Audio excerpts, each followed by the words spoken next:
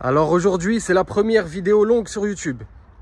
On va partir sur un nouveau concept, présenter des véhicules. La plupart des gens, ils présentent beaucoup tout ce qui est nouveaux véhicules, véhicules sportifs. Non, nous, l'objectif, ça va être de présenter même des petits véhicules classiques, type marque française. On va aussi présenter des petits prix. On va aussi présenter de jolies voitures. On va faire de l'utilitaire, camions, fourgonnettes, etc. Comme ça, il y en aura pour tout le monde. On va faire des vidéos sur comment bien nettoyer sa voiture. On va faire des vidéos sur comment nettoyer ses sièges à l'aide d'une shampouineuse. Vous voyez, elle est là. On va aller aux enchères. On va même aller en Allemagne voir les marchés automobiles, voir si ça vaut vraiment le coup. On va aborder plein de sujets, les gars. Donc, abonnez-vous. Mettez un like et commentez la vidéo. Ça m'aidera pour le référencement, les gars, pour avoir plus de visibilité. Et comme ça, je pourrai vous faire du contenu de qualité. Premier truc, les gars, on est entre amateurs. On n'est pas entre professionnels. Ma chaîne, elle est destinée aux gens qui ne s'y connaissent pas trop ou à monsieur tout le monde. Si tu es un mécano ou un gros vendeur automobile ou un mec qui est dans le métier depuis 20 ans, bon, certes, je vais peut-être pas t'apprendre grand-chose. Mais sinon, pour le monsieur tout le monde qui s'y connaît pas forcément, il est bienvenu dans ma chaîne parce que je donne plein d'astuces. Je suis sur TikTok, sur Instagram. Je donne plein d'astuces, de conseils sur quoi vérifier avant d'acheter une voiture, comment éviter les arnaques, voilà, comment sortir un certificat de non-gage, comment lire une carte grise. J'ai donné plein d'astuces. Donc les gars, mon TikTok et mon Insta, ils s'affichent en haut. Allez follow pour voir à peu près le genre de contenu que je fais. Et vous allez comprendre que je rends vraiment service aux gens qui ne s'y connaissent pas. Donc voilà, moi-même, je ne suis pas un spécialiste. Hein. J'ai fait un petit peu d'achat-revente auto dans ma vie. Donc j'ai quelques notions et je partage mes expériences avec les gens. Voilà, on va découvrir le véhicule ensemble, les gars. On va présenter la Mégane 4 qu'on a en face de nous. On va commencer par l'extérieur. Ensuite, on va passer à l'intérieur. Et à la fin, on va tester le véhicule. Donc, comme je vous ai dit, c'est ma première vidéo, les gars. Excusez-moi s'il y a des choses que j'oublie. Si jamais en commentaire, vous avez des conseils ou des choses que vous aurez bien aimé que j'en parle, dites-le moi dans les commentaires. Il n'y a aucun souci, les gars. Là, déjà, on est sur un Mégane 4 phase 1. 1,5 litre DCI, 110 chevaux. Mégane 4 phase 1. Ça va de 2016 à 2020. Tout ce qui est après 2020, c'est du Mégane 4 phase 2. Là, on est sur un phase 1. Donc, comme je vous ai dit, il y a plusieurs motorisations. Là, on est sur le 1,5 litre DCI, 110 chevaux. Les gars, c'est le moteur le plus fiable sur Mégane 4. Je vous dis la vérité. C'est connu chez Renault, 1,5 litre DCI, 110 chevaux. C'est ultra fiable. Et là, on est sur la classe, sur la gamme business. Il y a plusieurs gammes sur les Mégane. Il y a la Intense, il y a la gamme Zen, la gamme Business. Là, on est dans un entre-deux. On n'est pas optionné de ouf, mais on n'est pas mal loti non plus. Vous verrez de façon après. Sur les Mégane 4 citadines classiques, hein, je ne parle pas de ce qui est GT, etc. La meilleure gamme, c'est la gamme Intense. Je vais vous montrer les différences qu'on a entre cette gamme-là, la Business, et la gamme Intense. Alors déjà, vous voyez, un truc important, ça, je m'en suis rendu compte que quand je l'ai acheté, parce que c'est ma voiture perso, ça, les gars. Je l'ai acheté aux enchères et en fait, à la base, quand j'avais vu les photos, je croyais que ça, c'était des jantes. Vous voyez, même vous croyez que c'est des jantes. Donc déjà, c'est pas des jantes, c'est des enjoliveurs. Hop, j'étais venu toucher. Ça, c'est après que je l'avais acheté. Hein. Bon, après, j'ai fait une bonne affaire, c'est pas grave. Mais vous voyez, hop, ça bouge. Hop, voilà, vous voyez. Là, on est sur des enjoliveurs. Alors que sur la gamme Intense, les gars, on va avoir des belles jantes. La vérité, c'est on n'aura pas d'enjoliveurs. On va avoir des belles jantes. Au niveau du pneu, les gars, c'est du 16. Hein. Des jantes diamètre 16. Pour ceux qui ne savent pas comment regarder, il faut juste chercher cette série de chiffres. Vous voyez, là, on a 205, 55, R16. 16, ça, c'est le diamètre de vos jantes. Ou la taille de vos pneus, si vous préférez. Quand vous allez en garage ou qu'on vous dit... c'est quel diamètre vos jantes, vous regardez le chiffre après R, R16. Si c'est du 16 pouces, bah, il y aura écrit 16 comme ici. Si c'est du 17 pouces, il y aura écrit 17, etc. Voilà, petit aparté, c'est comme ça qu'on connaît la taille ou la dimension de nos jantes ou de nos pneus. Et une autre astuce, les gars, aussi, quand vous achetez une voiture, regardez toujours les boulons. Et des fois, il y a un boulon qui n'est pas comme les autres. C'est l'antivol. Vous voyez, l'antivol, en fait, c'est pour qu'on évite de te voler la roue le soir quand tu dors. Il y a un boulon qui n'est pas comme les autres. Et il faut avoir, il y a une clé, il y a un écrou spécial. Si tu ne l'as pas, ça, eh ben, même si tu vas au garage pour changer tes pneus, ils ne voudront pas te le changer si tu n'as pas l'antivol. Il est souvent dans le coffre avec la roue de secours. Si vous ne le trouvez pas, des fois, regardez dans la boîte à gants. Mais ça, là, c'est un truc important quand vous achetez une voiture. Regardez toujours s'il y a un antivol et demandez où est l'écrou. Bon, après, je vais pas non plus vous dire ce que vous voyez. Hein. Vous voyez bien, on a l'effet anti-brouillard. Le pare-choc, moi, je trouve qu'il est plutôt joli. Moi, je trouve qu'elle a une belle coupe, les gars. Même quand on la regarde de l'arrière. Hein. Je trouve ça fait, franchement, avec le coffre un peu arrondi, coupé comme ça, là, j'aime bien.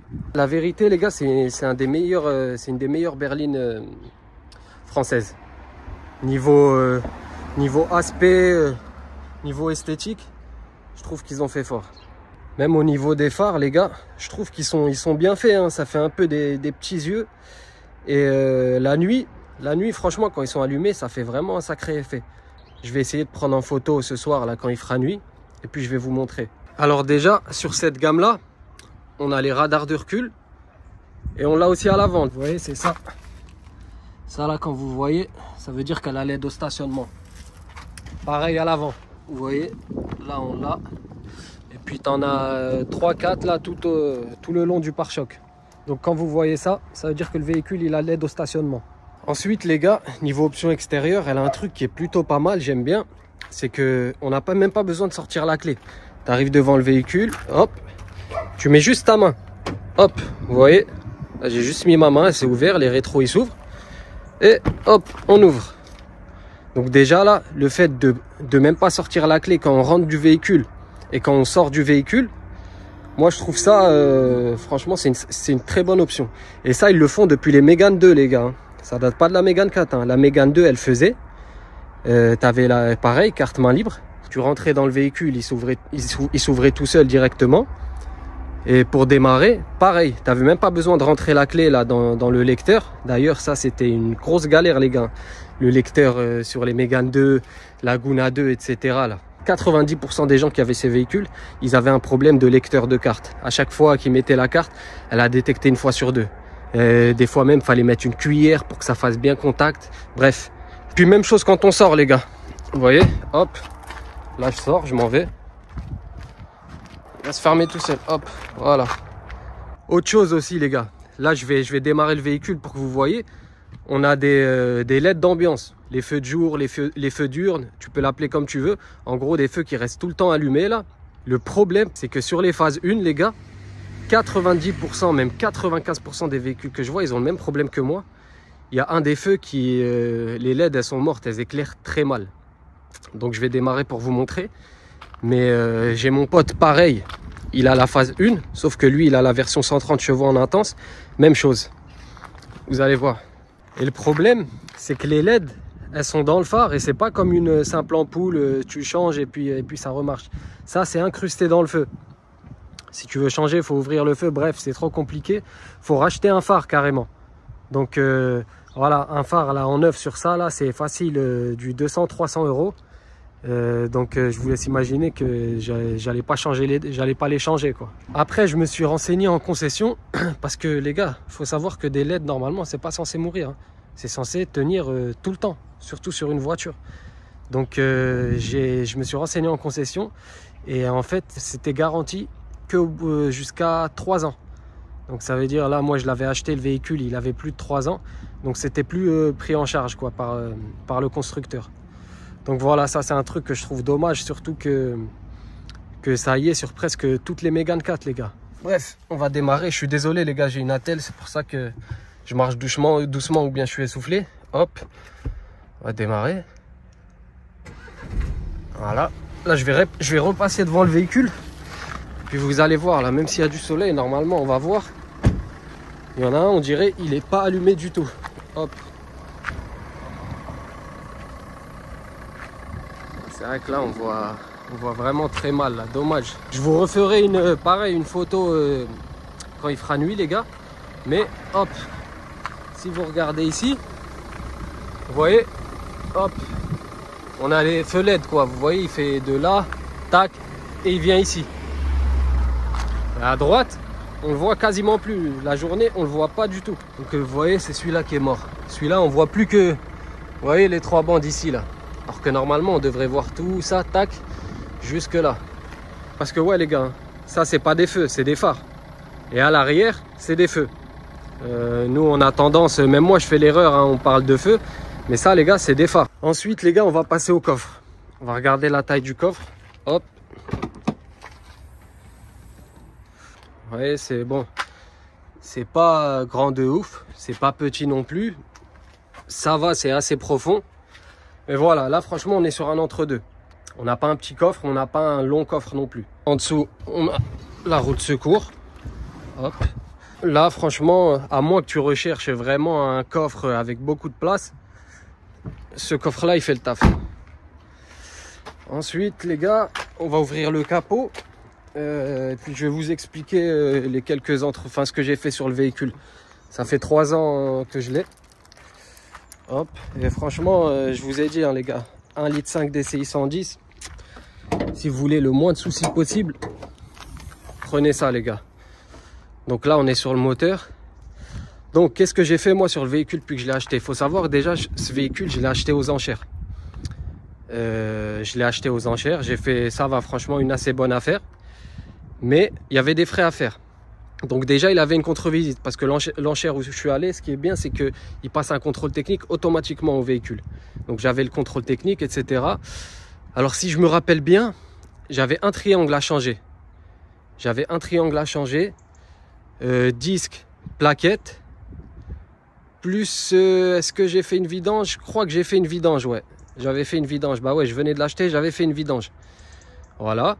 Donc je l'ai gardé, je suis allé en vacances, je suis allé au Maroc, je suis revenu, aucun souci. Ensuite, comme j'avais pas de facture de distribution, j'ai dit je vais faire la distri. Je l'ai fait, vous voyez, le 6 janvier 2024. Donc kit pompe à eau distri. D'ailleurs, la distribution, les gars, c'est à changer tous les 150 000 km ou tous les 6 ans. Le seul problème que j'ai eu, je vais vous le montrer là, c'est en fait quand je mets la clim ou le chauffage, il y a le ventilo du radiateur qui est ici là. Hop, vous voyez là, on voit l'hélice. Hop, qui tourne. Et ben ça là, je sais pas, il y a du jeu dans l'hélice où je comprends pas. Et ben en fait, j'entends que ça tourne et puis ça frotte un peu, ça tape. Ça doit taper quelque part et puis ça fait du bruit. En soi, le ventilo il marche, hein, mais comme je vous ai dit, quand il se met à tourner, et ça c'est que quand je mets la clim ou le chauffage, ben j'ai le bruit de l'hélice en fait. C'est vrai que c'est chiant. Là je vais mettre le chauffage, tac, je vais laisser tourner un petit peu. Puis vous voyez, c'est stylé, hein. Hop, là je vais appuyer là, hop, ça, vous voyez, il n'y a pas besoin de rester appuyé, tac, ça va direct à la... Franchement j'aime bien les gars, niveau berline, niveau confort, niveau option, esthétique, on est plutôt pas mal pour une française, hein. On est vraiment sur les meilleurs intérieurs. Et là comme je vous ai dit, on est en milieu de gamme. La Intense les gars, elle est magnifique, hein, avec les lumières d'ambiance, etc. Elle est magnifique. Je vais vous faire écouter le bruit les gars. Hop, je vais ouvrir le capot aussi, comme ça vous allez voir l'hélice qui tourne. Hop. Vous voyez là, normalement vous entendez déjà. Là. Vous entendez? Ah là, bah ça c'est l'hélice. Vous voyez? Regardez, je vais vous montrer, elle tourne. Et il doit y avoir du jeu. Parce que le bruit qu'elle fait, normalement ça devrait pas faire de bruit. Vous voyez, vous l'entendez là. Donc voilà, ça c'est vraiment le seul problème, vrai problème que j'ai eu. Et ce qui m'énerve le plus, c'est le bruit que ça fait quand je l'éteins. Parce que quand je vais l'éteindre, elle va s'arrêter petit à petit. Vous voyez, mais on continue. Écoutez ce bruit dégueulasse.